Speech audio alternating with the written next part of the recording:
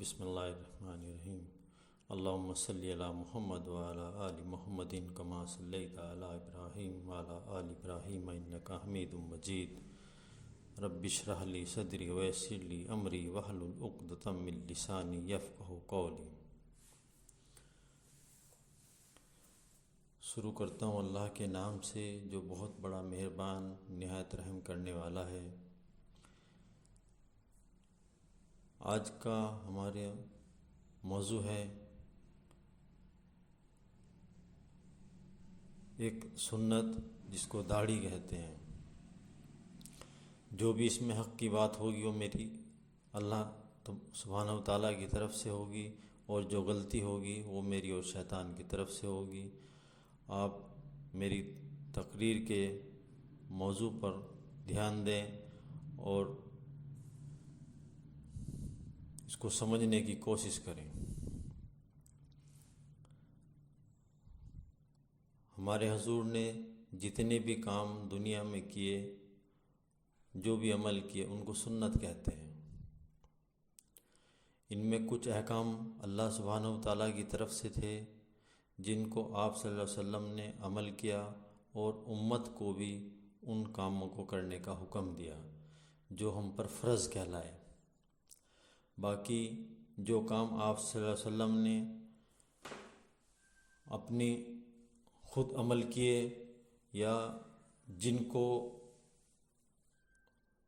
سماج اور معاشرے کے حساب سے عمل کیا لیکن جس کا کرنے کا امت کو حکم نہیں دیا، وہ کام ہم پر فرض نہیں ہوئے۔ ہماری اس میں چھوٹ میں ہے کہ ہم اس کام کو عمل میں لائیں تو ہم فائدہ اٹھا سکتے ہیں، اور اگر عمل نہ کریں تو ہم پر اس کا کوئی گناہ یا کوئی عذاب ہمارے پر نہیں ہوگا، نہ اس کی ہم سے پوچھ ہوگی۔ لیکن آج کے دور میں جو دین کے اپنے آپ کو ذمہ دار لوگ کہتے ہیں اور یہ کہتے ہیں کہ ہم ہی معاشرے کے رہنما ہیں، انہوں نے اللہ اور اس کے رسول کے حکم کو کم کر دیا، اور جو آپ صلی اللہ علیہ وسلم نے جن کاموں کو کیا اور امت کو جن کا حکم نہیں دیا ان کو نمبر 1 پر رکھ دیا۔ مثال کے طور پر ایک داڑھی ہے جس کے اوپر بے پناہ فتوے موجود ہیں۔ کوئی ایک مشت کہتا ہے، کوئی چھوٹی کہتا ہے، کوئی بڑی کہتا ہے، جبکہ اس کا اسلام میں کہیں بھی اللہ تعالیٰ نے حکم نہیں دیا۔ آپ آزاد ہیں، آپ رکھیں تو ٹھیک اور نہیں رکھتے ہیں تو ٹھیک۔ آپ صلی اللہ علیہ وسلم کی کہا جاتا ہے کہ یہ سنت موقدہ ہے۔ آپ صلی اللہ علیہ وسلم نے کی پیدائش سے لے کر آپ کی وفات تک جتنے بھی عمل ہوئے وہ سب سنت کہلاتے ہیں۔ آپ صلی اللہ علیہ وسلم نے سب سے پہلے تو دائی کا دودھ پیا، وہ بھی سنت ہوئی۔ آپ صلی اللہ علیہ وسلم نے بکریاں چگائی، وہ بھی سنت ہوئی۔ آپ صلی اللہ علیہ وسلم نے پیٹ پر پتھر باندھے، وہ بھی سنت ہوئی۔ آپ صلی اللہ علیہ وسلم نے مکے سے مدینہ تک پیدل سفر کیا، وہ بھی سنت ہوئی۔ کچھ لوگوں کا دعویٰ ہے کہ یہ کام تو آپ صلی اللہ علیہ وسلم نے نبوت سے پہلے کیے، جبکہ ان کو یہ معلوم ہونا چاہیے کہ ایک نبی کو نبوت چاہے جس عمر میں بھی ملے لیکن وہ پیدائشی نبی ہی ہوتا ہے۔ آپ صلی اللہ علیہ وسلم نے کسی بھی انسان کو داڑھی رکھنے کا حکم نہیں دیا۔ اگر آپ صلی اللہ علیہ وسلم داڑھی رکھنے کا حکم دیتے تو یہ داڑھی رکھنا ہم سب پر فرض ہو جاتا۔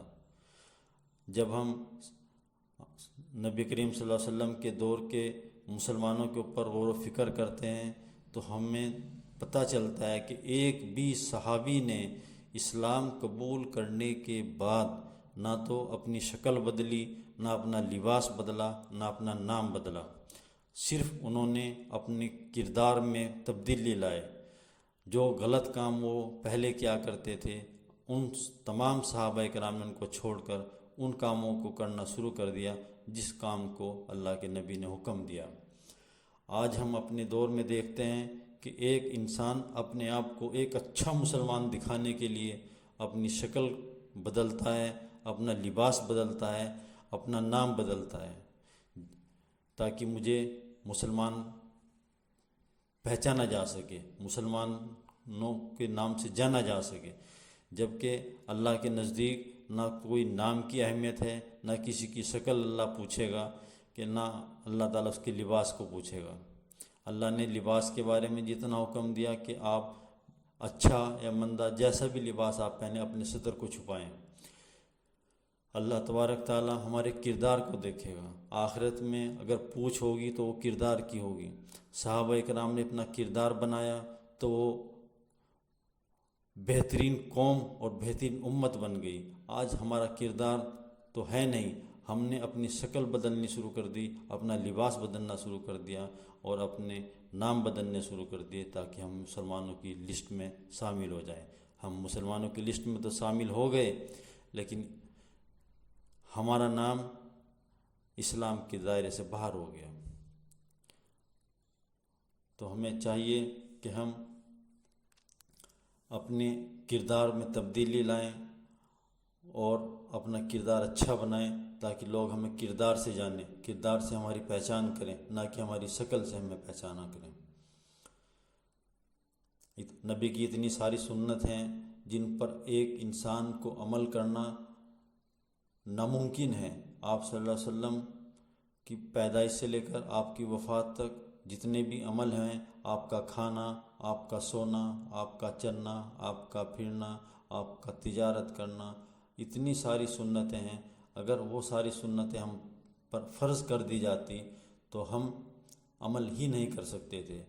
صرف وہ احکام جو اللہ تبارک تعالیٰ نے اپنے نبی کو کہے کہ اے نبی تم خود بھی ان پر عمل کرو اور اپنی قوم سے بھی کہہ دو کہ وہ بھی ان پر عمل کیا کریں، انہی کی ہم سے پوچھ ہوگی۔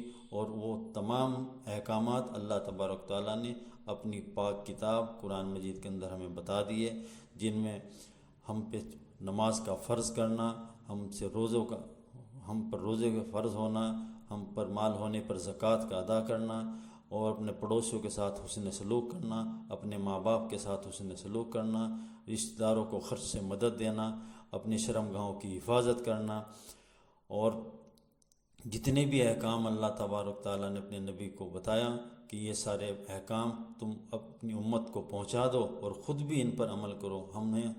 ہم سب مسلمانوں سے انہی احکامات کے بارے میں پوچھا جائے گا، انہی احکامات کا ہم سے سوال اور جواب ہوگا۔ لیکن ہماری داڑھی، ہماری ٹوپی، یہ اسلام میں کوئی اہمیت نہیں رکھتی، نہ یہ ہماری پہچان ہے، نہ ہی اس کے بارے میں کوئی پوچھا جائے گا۔ اگر کوئی انسان دلیل دیتا ہے کہ نہیں یہ چیز ضروری ہے تو وہ قرآن مجید سے اس کا حوالہ دے اور قرآن مجید سے ہم کو بتائے، تاکہ باقی کتابوں کے اللہ تبارک تعالیٰ نے کوئی ذمہ داری نہیں لی۔ اللہ تعالیٰ نے قرآن مجید میں صاف صاف کہہ دیا کہ لوگ کتاب لکھتے ہیں اپنے ہاتھ سے اور کہتے ہیں اللہ کی طرف سے ہے، لعنت ہے اس کے اوپر جو وہ کماتے ہیں اور وہ اپنے پیٹ میں آگ بھرتے ہیں۔ وآخر دعوانا والحمد للہ رب العالمین۔ اللہ تعالیٰ ہمیں قرآن مجید کو پڑھنے، سمجھنے، عمل کرنے اور دوسروں تک پہنچانے کی توفیق عطا فرمائے، اور قرآن کو ہماری زندگی کا ایک آئینہ بنا دے اور ہمیں قرآن مجید کے مطابق ہی اپنی زندگی جینے کا ہم کو اللہ تعالیٰ طریقہ سکھا دے، اور وہ ہماری جو رہنمائی کے لیے اللہ تعالیٰ نے ہم پر کتاب کو بھیجا تھا، جس راستہ دکھانے کے لیے جس لیے ہمارے پاس قرآن مجید کو بھیجا تھا، اللہ تعالیٰ ہمیں اسی راستے پر چلنے کی توفیق عطا فرمائے۔ آمین یا رب العالمین۔ وآخر دعوانا والحمد للہ رب العالمین۔ جزاک اللہ خیر۔ محمد و اہلہ۔